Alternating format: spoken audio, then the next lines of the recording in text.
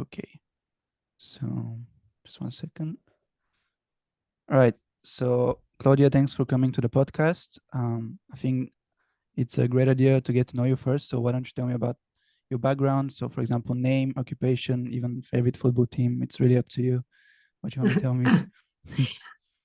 Okay, my name is Claudia Moncars, and I'm the founder of Moncars Law Firm, and we help business owners get out of trouble with the IRS in the US. And one, I guess, unique thing about me is that, oh, wow, that's hard. I don't have a favorite football team, I guess. I'm not, but hmm, I don't know. Well, I guess I was born in Panama, and then Oh, okay. but yeah, so, So but you're then mostly fluent in raised in Spanish. yes, I'm fluent in Spanish and English, and I know a little bit of Italian, but Okay. Yeah, I guess they're kind of similar. yeah, Yeah. So what's your official occupation? I'm an attorney, Attorney. Okay. But more on mhm, the tax side tax as far attorney. as yeah. Yes. Okay. And for how long have you been a bilingual tax attorney? I saw that Uh, Vincent emphasized on the bilingual one yes. in the title. I've been practicing over 20 years. Okay. And did you Mhm. always want to do that? None. Well, I wanted to be an attorney since I was young. I didn't necessarily know if I wanted to do tax. I ended up it was by I I joke that it is in my DNA because my grandparents are accountant, but I Okay. study English literature in an undergrad because here in the U.S. we go first. We study. We don't go directly to law school or anything like that. So I study English literature, so it's far away removed. How did that Really like transition to a math. tax attorney? I know I didn't like math, but then my first summer in law school, I clerked for a criminal judge, and he knew I didn't want to be a criminal lawyer, so he different. And I ended up being in probate, loved it, and I came back to law school. I'm going to be a state planner. People that draft the wills and to do that. And then one of my professors said, if you really want to do that, you have to take a tax course to be good at it. I'm like, oh, okay.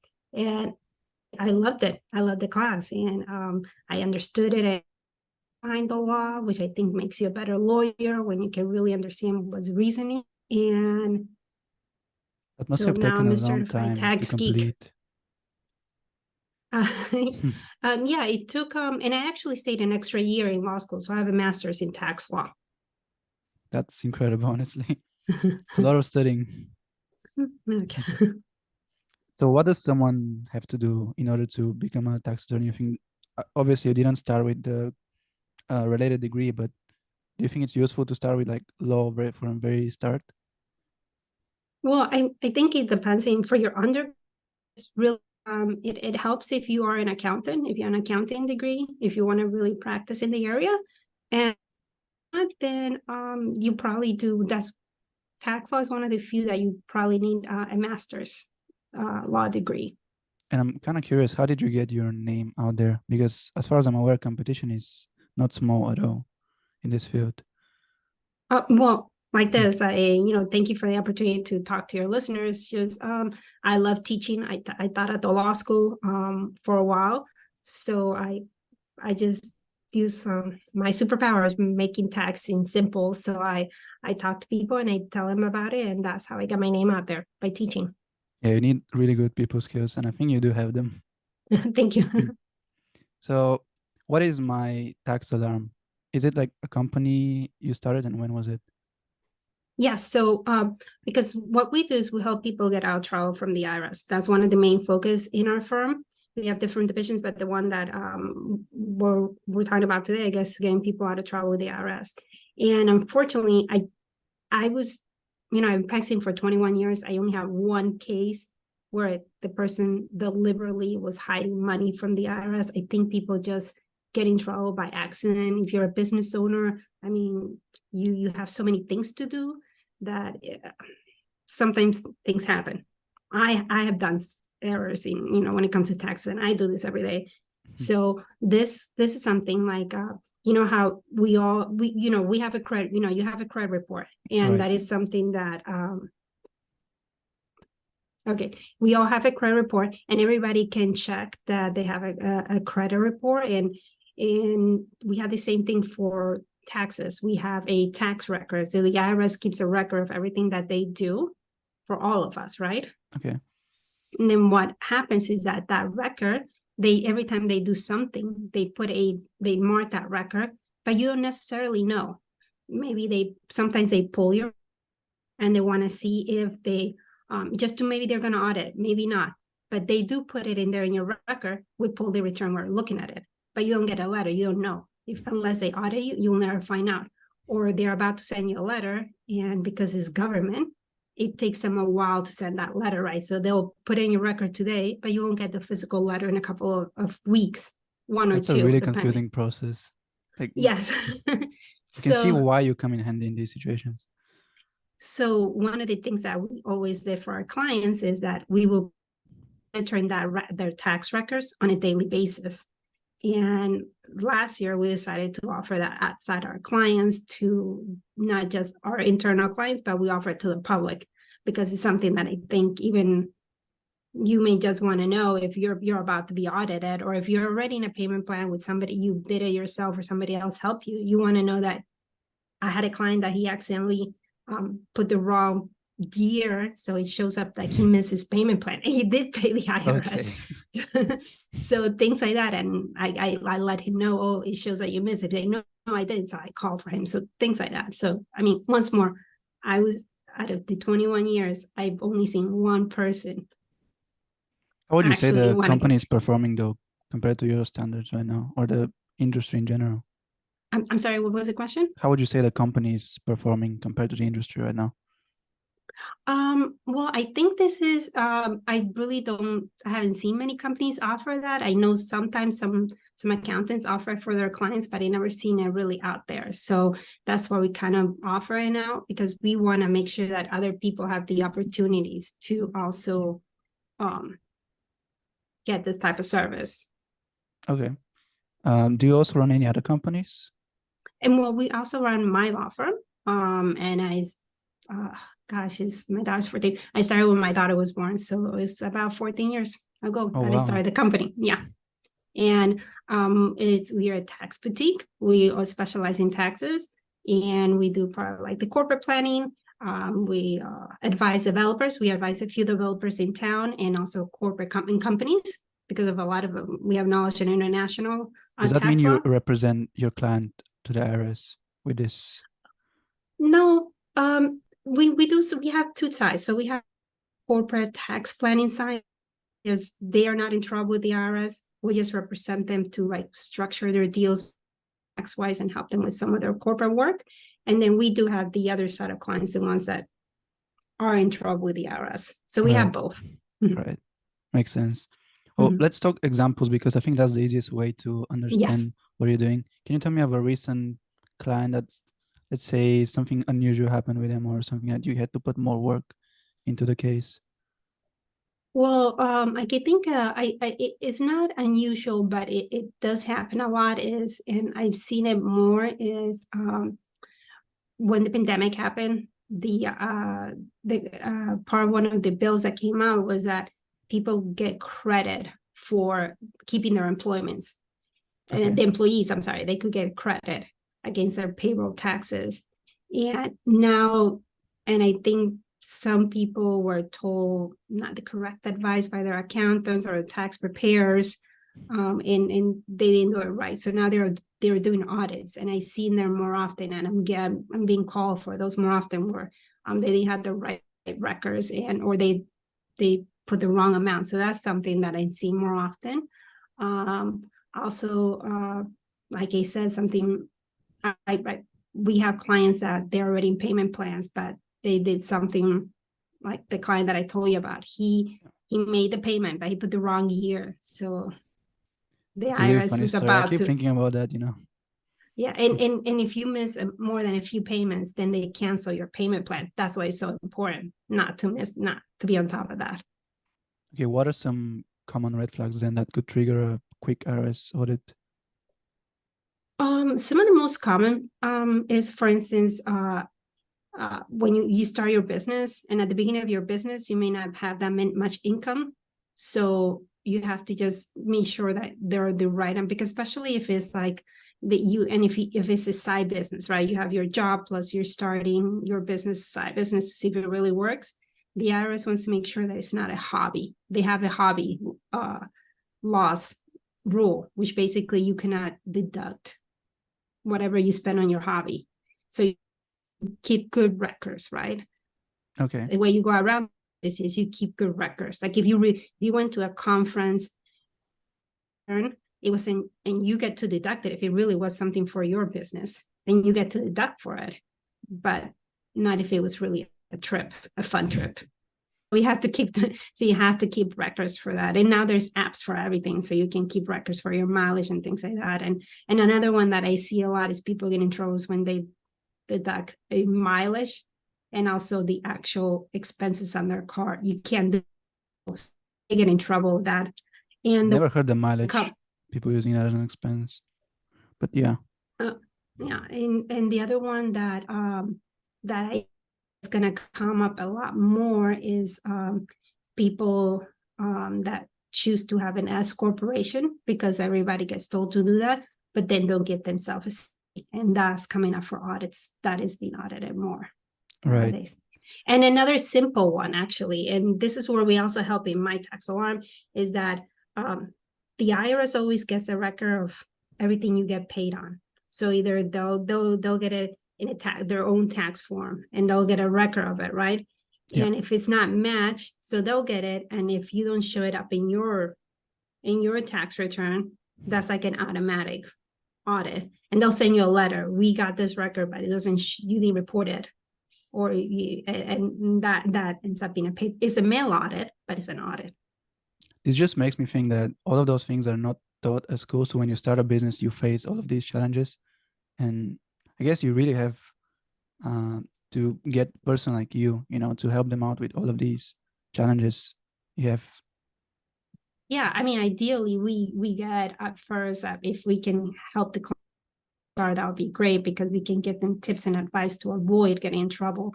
But I do understand because I'm a business owner myself, and you know, I can remember at the beginning, you're your marketer, you're department, you're the sales department, you're the customer service department, so you have a lot of things going on. So sometimes it seems like a lot of the mistakes can be avoided if we just were more educated about this. Correct. So once more, that's why I appreciate it letting me be in the podcast, because I mean, it's just to get the information out there. Okay, so what advice do you have for individuals who find themselves in, you know, in such situations where they have to like go to the IRS and figure it by themselves? Well, I have a framework which I call it the free. And first is, I think number one is to forgive yourself, because I mean, I know it sounds a little woo, but I think you really, I mean, the IRS every year opens about they have like 7 million new cases per year that they go around. So they open a lot of cases. So you're not the only one. Everybody makes these mistakes. So it happens. So I think you just at first kind of have to forgive yourself for getting in this trouble. And then then the stars they are, you have to review where you are in the process. And that means opening that letter that you got from the IRS, because not everybody opens it. And the beauty of dealing with the IRS is that it's a set of rules. They have guidelines that they have to follow. So they can do whatever they want. They have set guidelines set by law, and you have a lot of, we have a Bill of Rights as payers. We actually do. The IRS has a Bill of Rights within the IRS that we have rights to. And there's a lot of appeals rights, a lot of, you know, even though there's deadlines, there's a lot of rights that you're going to miss and you're going to waive if you don't open your letter. So, you know, you need to review where you are in this step. Then you need to, E is for evaluate what are your options, because that letter always says you have to pay within 30 days. But that's not necessarily the point. I mean, you can get a payment plan. Sometimes you can negotiate depending on your own financial situation. Sometimes you can, if you really don't have the money, you can prove it that you don't have money or assets to pay right now. They'll freeze your account for a year or two. there's many things that you can do. Maybe you need to review your return again. Maybe there was an error. I've seen that. Sometimes we just look at their tax return and there was an error, so we can fix it and reduce it. There's plenty of things. And then the last one is engage. Do something about it, whether it's go hire somebody like me or actually try to do it yourself, but do something. At least do something. It's very important that Is you don't this pretend step-by-step that. process given to your clients when you start working with them, or do you Yes. slowly integrate it into the process? Well, that's what we do. And we work with them and we just take them from there and we take them through the whole process where the way with our clients is that first we make sure that we review all their we review all their financial situation, let them know we're in the process, we evaluate, give them which ones are the options, and then we engage, we do something with the IRS on their behalf. So yes, that's the same that way with our clients. Okay. And a bit of a side question, would you say most of your clients are Spanish or English speaking? We have both, and the good thing is that everybody in the firm is bilingual. Oh, okay. We all So speak that's a English and requirement you have. Spanish. Okay. Yes. Okay. That's good to know. And then has there been a case where the IRS have wrongly pursued a client for a huge sum of money? Yes, there's actually times when, because they didn't look at sometimes when you do your menu returns, something happens in the black hole, that's the IRS. And there's actually something called offering compromised status to liability, where you tell the IRS, I don't owe this money, therefore I shouldn't. And I had a couple of those cases. And I also go to a tax score where they, because the client, I don't know what happened, there was something that it wasn't applied properly or something wrong in the tax return, and we were able to reduce it or take away. If it was me, I'd be freaking out if I saw a huge sum owed to the IRS, honestly. Everybody does. I joke that, I mean, I see those every day, and I think one day I got from my company that they agreed to something, or I think I forgot what it was, but I saw my name and I paused for a few seconds because obviously it's a letter from the IRS makes anybody pause. I get it. Yeah. And then cryptocurrency, it's quite a new technology in terms of assets, and it has gained a significant attention in the last few years. Do you cover this topic as well? Yes, and it's actually is unique the way the IRS looks at it, right? Yeah. Because uh, like you and I think most people, when they think of cryptocurrency, even what it says currency, we think of it like cash, right? That Yeah. is like if you were it's just you're carrying a digital currency, right? It's not something tangible. But the IRS doesn't look at it. They look at it like an asset, kind of like if they look at it like similar to a stock or Yeah. like real estate. Like if you hold it and you exchange it from Bitcoin to Ethereum or some other type of currency, even if you exchange currency from currency, that's like if you sold uh, Disney stock for, you trade it for Starbucks stock. It's just, that will be, you pay taxes on that. And most people don't think that. Or if There you is a took there is a your, tax gain, right, on cryptocurrency right now. yes, there is, and you pay the, yeah. Okay. And most people don't think, exactly like how you treat stocks, which most people are familiar with, that is exactly how you will treat crypto. Okay. That's how the IRS tells you to treat it. I can assume most people are not okay with this on the tax gain of crypto because you don't always like gain. It's a very risky asset, It and is. to have a tax gain on top of it, it's, I don't know. It doesn't sound like a proper thing. But just so you know, you don't have the tax gain on your daily up and down. Right. Right. Is when you Yeah. cash it out or you trade it for something. Yeah. That's right. And a more personal question, I would say, because me and my girlfriend are planning to open a cafe or let's say a restaurant in the States because we're not from there. What are some of the problems we might face with the IRS and what should we like avoid in the first 1 year of operation? Well, it depends. If you're not in the US at all Yeah. and you're just going to do an investment from abroad, then it's very important and that you have no ties to the US, that you probably set up it through a company that's separate, so you don't get an estate tax, because there's like about at least 18 taxes out of the top Right. of my head that I can think of, and one of the estate tax when we pass away, that one is pretty high, it could go up to like 50%. And for foreigners, your exemption is 60,000, which is nothing. Yeah. That's nothing.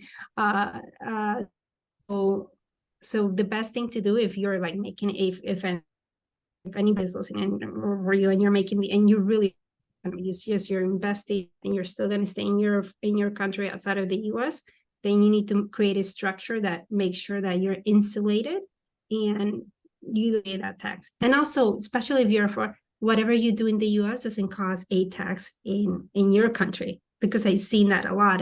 I create a gray structure, and then when I talk to lawyers or accountant in the country, the client Yeah. country, they're like, no, that's very bad, and they change it. um, then and then I guess if you're coming here and you're gonna physically be here, then you don't have those worries about that. Then once more, you have to double check that that's not gonna cause a problem and a problem how you do the investment in your country. So Now thinking about it, that's it's great that I have your connection now, so I can always turn to you.